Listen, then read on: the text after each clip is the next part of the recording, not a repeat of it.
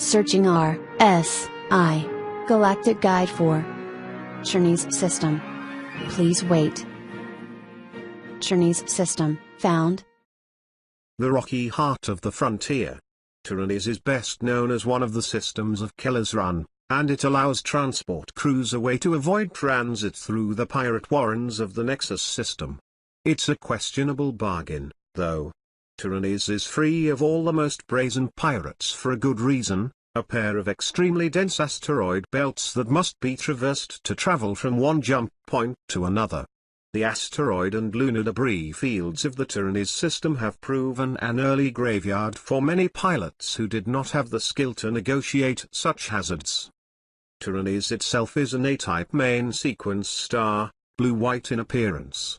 It was discovered in 2401 by the famed Dune survey ship Mythic Horizon.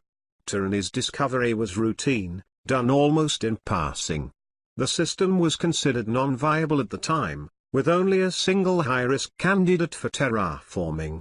Further, the star's location offered no visible strategic advantage at the time and the raw resources were rated as low to middling.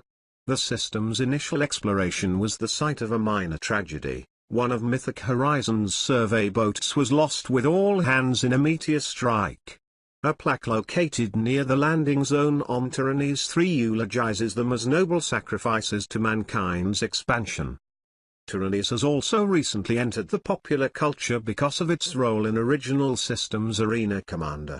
The Broken Moon of Taranis map is one of 2 included in the massively popular simulator's public demo. The setting pits players against one another in the debris field near Taranis 2. Hornet, Aurora and 300i pilots dodge both flying rocks and massive pulsating terraformers as they fight it out in an ultra-realistic battle royale. The choice of Taranis an arena commander has even led to increased, and very dangerous, tourism in the system, as self-titled arena nuts travel from far and wide to have their holographs taken in front of the lunar remnants. Taranis 1. The first planet in the Taranis system is a typical sun-kissed inner dwarf, too hot for human settlement, totally lacking in atmosphere and largely devoid of minerals or other interesting resources. The planetoid was the source of an unusual incident in the mid-25th century. A review of the initial survey data, radar scanning, interferometry and long-range imaging, produced an image with what looked distinctly like a human face superimposed on the planet's North Polar region. The so-called face of Taranis was a brief cultural craze on Earth and ultimately inspired a privately funded expedition to the world to confirm that the picture was simply a mountain range photographed from an unusual position. Conspiracy theorists continue to insist that the government is covering up evidence of an alien civilization living there, despite the ready proof that sentient species exist throughout the galaxy today. Taranis 2 and Asteroid Belt. Now best known as the site of the Broken Moon, Taranis 2 was, like so many other planets, a victim of the gung-ho terraforming craze of the Mesa era. A coreless world just inside the system's green band, Taranis 2 was initially classified as a poor choice for terraformation and colonization. But with a government more concerned with weekend than we should, Taranis became one of dozens of worlds to be wrecked by a terraforming blunder. In this case, the issue was laid squarely at the foot of Crabsos Incorporated, the cheap geo-development outfit assigned to process the world. Standard operating procedure at the time for terraforming a coreless planet was to harness the energy in orbiting moons. In the case of Taranis 2, substandard parts and near slave labor meant that Crabsos managed to crack the mantle of Taranis' small moon, splitting it into a million dangerous chunks.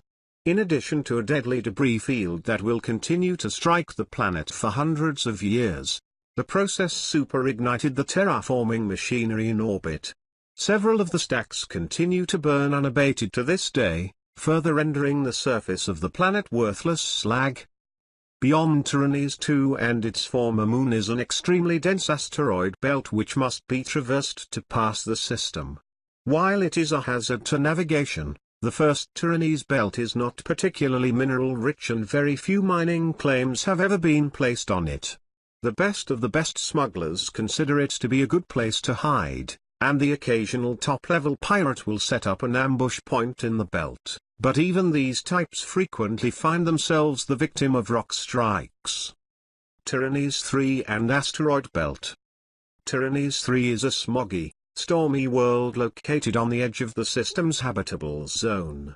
The planet's constant storms are the origin of the system's name, Taranis, Celtic god of thunder.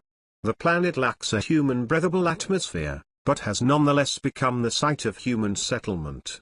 Betha Research Station, established in 2436 to study weather control techniques, has organically expanded over the centuries to become a full-fledged settlement of Tivaran refugees and human expats.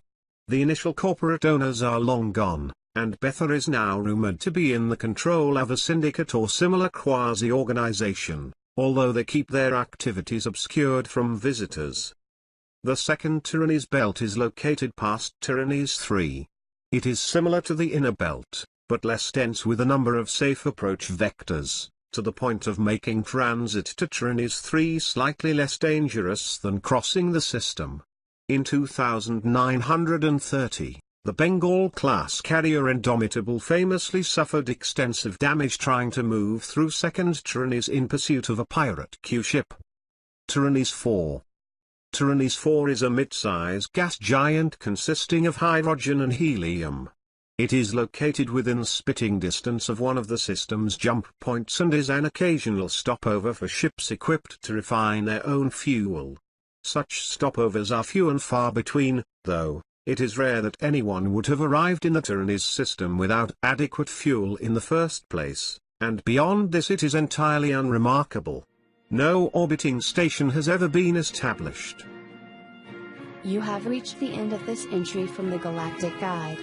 Have a nice day, Star Citizen.